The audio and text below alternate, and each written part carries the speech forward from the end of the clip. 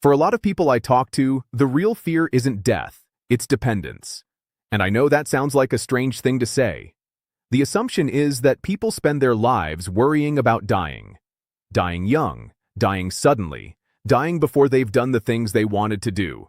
Now, that fear makes complete sense, obviously, but in the 10 years working in emergency medicine, the thing that stuck with me again and again is that the patients who are truly suffering aren't the ones facing the end. Sighs. They're the ones who are still decades from it, but whose bodies have already given up on them. Weakness, dependency, 17 medications, needing help to get up from a chair, being a burden to the people they love. Not at the very end, but in their 50s and 60s. And I see this all the time. That's what this video is about. Not dying, but living.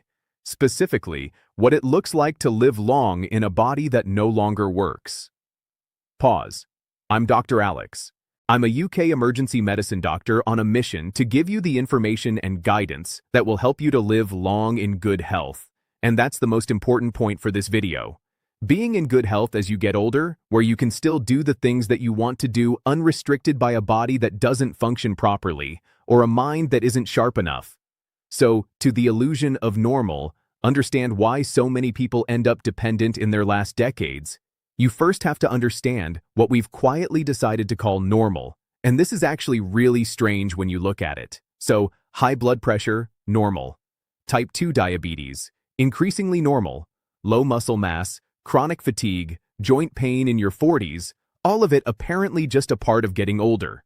Something that you accept and manage and just get on with. But common and normal are not the same thing. When enough people in a population become unwell, the average shifts and dysfunction starts to look like a baseline.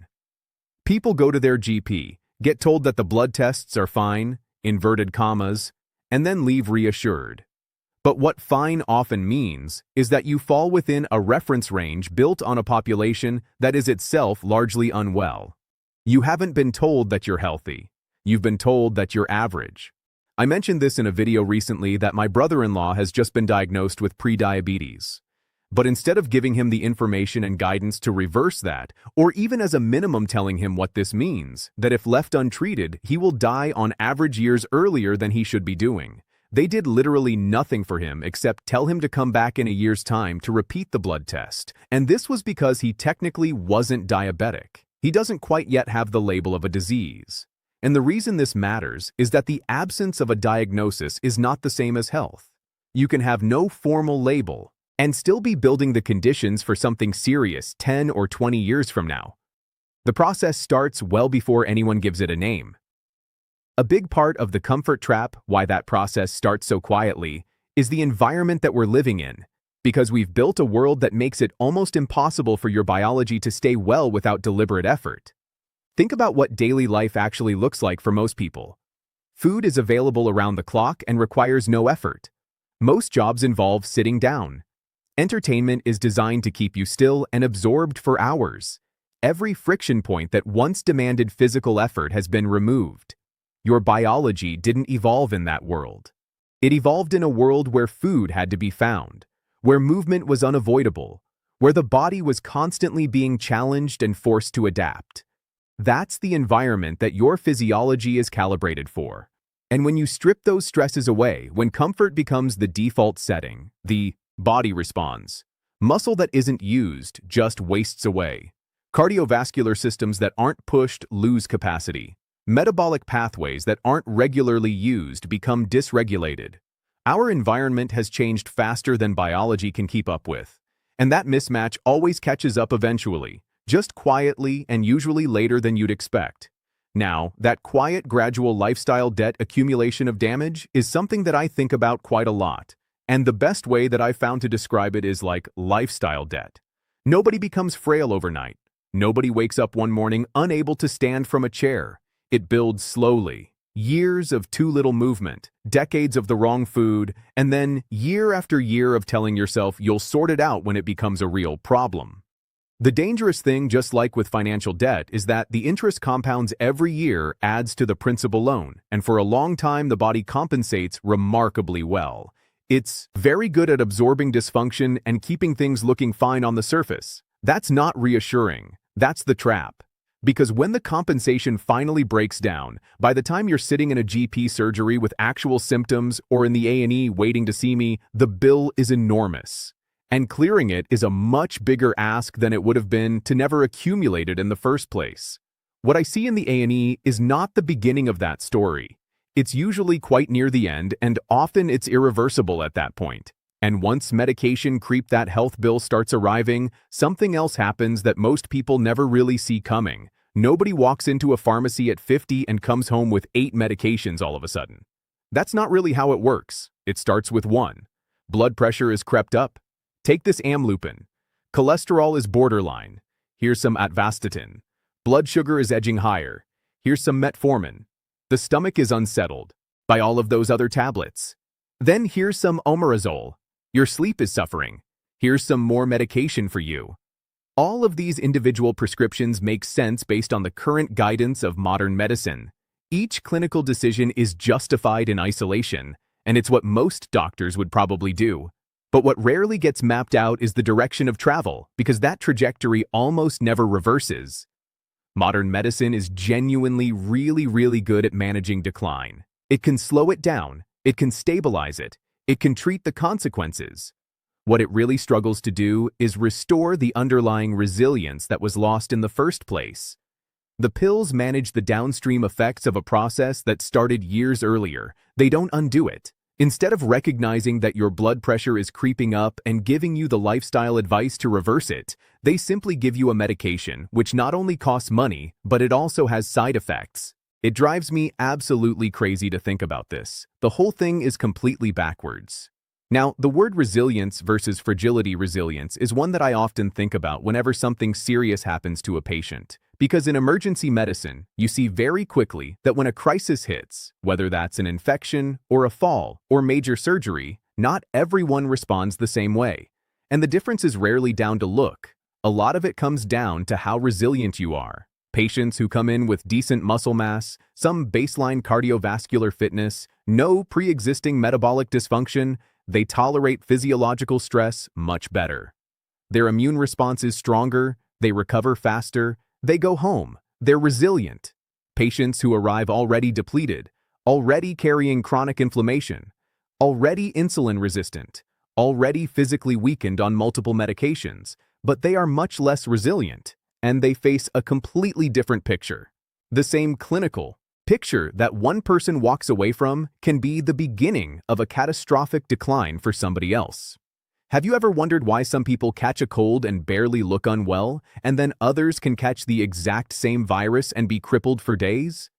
Well, it's the same principle that resilience is built quietly over years of ordinary decisions. It doesn't appear on demand when a crisis hits. It's either there or it isn't. And by the time you're testing that resilience, the opportunity to go back and prepare has already passed. Biological versus chronological age. What it really comes down to is the difference between how old you are and how old your body actually is. Your chronological age and your biological age, per 2 60-year-olds side by side. And their birth certificates obviously look identical, but their biology can be 20 years apart. One of them walks in with good leg strength, good grip strength, a V2 max, which is a measure of your cardiovascular fitness that puts them well above average for their age. They have normal blood sugar, muscle mass that they've maintained over years, and they have a sharp mind. The other 60-year-old is breathless after one flight of stairs. They are insulin resistant. They're carrying visceral fat around their organs with muscle mass, which is more typical of someone in their late 70s. Same age on paper, but completely different biological reality. For most people, that gap is not genetic fate. It's the accumulated result of choices made over a long time. Chronological age is fixed, but biological age is something that you build or you fail to build. And one of the biggest drivers of that biological age, probably the one that I think most about, is muscle. Most people think about muscle in terms of how they look, but it's one of the most metabolically important tissues in the body. And losing it has consequences that go well beyond appearance. After the age of 30, without deliberate resistance training, you lose somewhere between 3 and 8% of your muscle mass per decade. After 60, that rate accelerates and it doesn't announce itself. Now, muscle tissue is responsible for absorbing glucose from the bloodstream after meals. Less of it means worse blood sugar regulation, which is a direct pathway towards type 2 diabetes over time. It plays a major role in immune function. It determines how well your body tolerates serious illness. And critically, it's what keeps you upright and balanced. Because falls, not cancer, not heart attacks, are one of the leading causes of death and serious disability in people over 65. Even if you survive a fall but you break your hip, then there's a very good chance that your entire life will be different from that point onwards. And from my own personal experience, most falls in older adults are not accidents, they're weakness. And weakness in the vast majority of cases is entirely preventable. It's what happens when decades pass without sufficient physical challenge. And that is super important. Now, given all of this, what the longevity industry gets wrong. Think that the conversation around longevity would be pretty focused on the basics, but spend 5 minutes on social media and you quickly realize that it isn't cold plunges, red light panels, specific supplements in specific sequences, peptide protocols, biohacks that promise to reverse your biological age for the price of a decent holiday. Some of these can provide some benefit, like there are some studies out there that say cold exposure can be beneficial. But the point of this is that there's an entire industry built around making longevity feel like a sophisticated, expensive pursuit. Like I said, some of those actually have legitimate research behind them. But the problem is, when people are spending mental energy and money around the margins while neglecting the fundamentals, because the margins are a very elaborate distraction. All you have to do is look at any doctor's YouTube bio to find them selling you supplements or products. The point for me is that all you should really need to live long and healthy is education and then action on that education. The research on what actually determines health span and functional independence isn't subtle or contested. I'm talking about muscle mass, cardiovascular fitness, metabolic health, sleep, daily movement. These things are not glamorous, and they don't really make for exciting content necessarily, but in terms of actual evidence and clinical relevance, they account for the vast majority of the result. The biohacks at best are a small bonus on top of a foundation that's already solid. Believe me, I have been offered, and this is no joke. I promise you this is the truth. I've been offered over $100,000 in brand collaborations and product sponsorships on these videos. I get emails every single day, and I've turned every single one of them down so far. If I thought any of them would meaningfully move the needle for you, then I would have shared them with why the healthcare system can't fix this for you. The obvious question at this point is, if the basics matter this much, then why isn't the healthcare system talking about them constantly? Why aren't GPS running lifestyle clinics? Why isn't prevention at the center of everything? Why did my dad, when he had a heart attack in his late 30s, only receive medication and no proper lifestyle advice or guidance, which would have been more powerful than all of those medications combined? Well, the honest answer after working in this system for a decade is structural. Hospitals are funded to treat disease and rewarded for procedures. GP appointments run for 10 minutes max. Prevention requires sustained behavioral change over months and years, something that cannot be compressed into a consultation that's already overrun. The system is built to respond to existing illness, and it's overwhelmed by the sheer volume of that. This isn't a criticism of the people working in it. Most of my friends are doctors and nurses. My dad's a paramedic. The staff in the NHS are extraordinary, but we can only do as much as this system allows us to. When I'm working in the A&E and there's a 10-hour wait to see a doctor and there's 150 patients in the department, how can I realistically spend half an hour with each patient telling you this stuff? They would literally sack me for being too slow. The system says, diagnose, treat with medication, follow up with the GP. If you're waiting for the healthcare system to proactively protect your long-term health, then that's not how the system works. The healthcare system is designed to treat disease. It's not designed to build resilience. That responsibility sits with you, and it starts decades earlier than most people realize. So given everything that I've said so far, the lifestyle debt, the medication creep, the biology that quietly deteriorates and comforts, what actually moves the needle? Well, it's not protocols, and it's not perfection. It's 5 things done consistently over the 5 fundamentals that actually work years. Well, there's actually a bit more to it than this. But for the purposes of this video, let's just focus on the main 5. The first one is food quality. So ultra-processed food makes up more than half of the average adult's diet in the UK. And the evidence connecting it to obesity, type 2 diabetes, and cardiovascular disease is massive. The shift doesn't require perfect eating. It requires eating things that are actually made of food. Fewer ingredients, more protein and fiber, ingredients that existed in a recognizable form 100 years ago. That's a genuinely workable starting point. The second one is muscle. So 2 to 3 resistance training sessions per week, not to look a certain way, but to preserve the tissue that regulates blood sugar, cushions falls, supports your immune system, and keeps you capable of living independently for longer. The third one is cardiovascular fitness. V2 max is one of the strongest predictors of all-cause mortality in the research, and any decent fitness watch gives a very good estimate of your V2 max. You don't need to spend a lot of money on this. Once or twice a week, get your heart rate up and sustain it.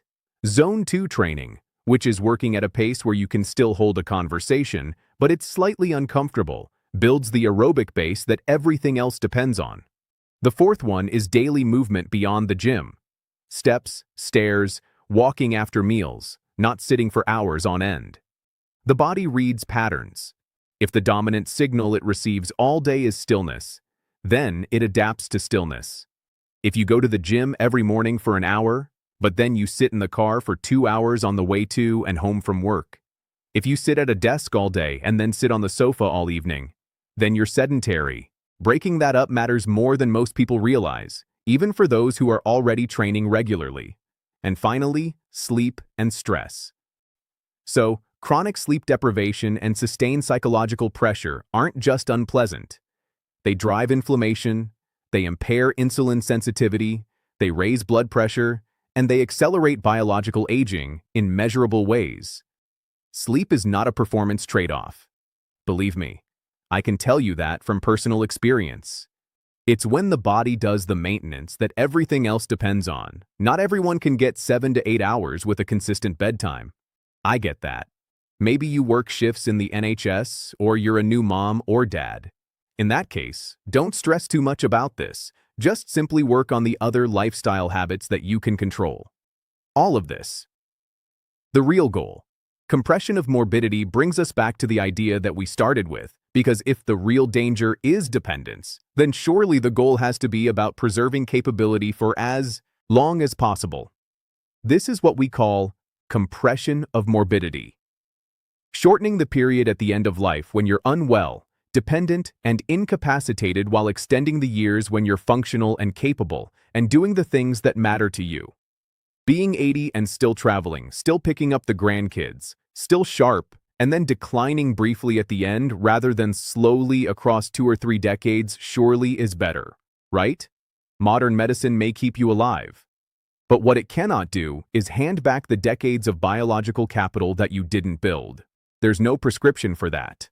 The building happens in your 30s, 40s, and 50s in the decisions that feel quite low stakes precisely because the consequences are so far away. Like I said, the real fear for a lot of people isn't death. It's dependence.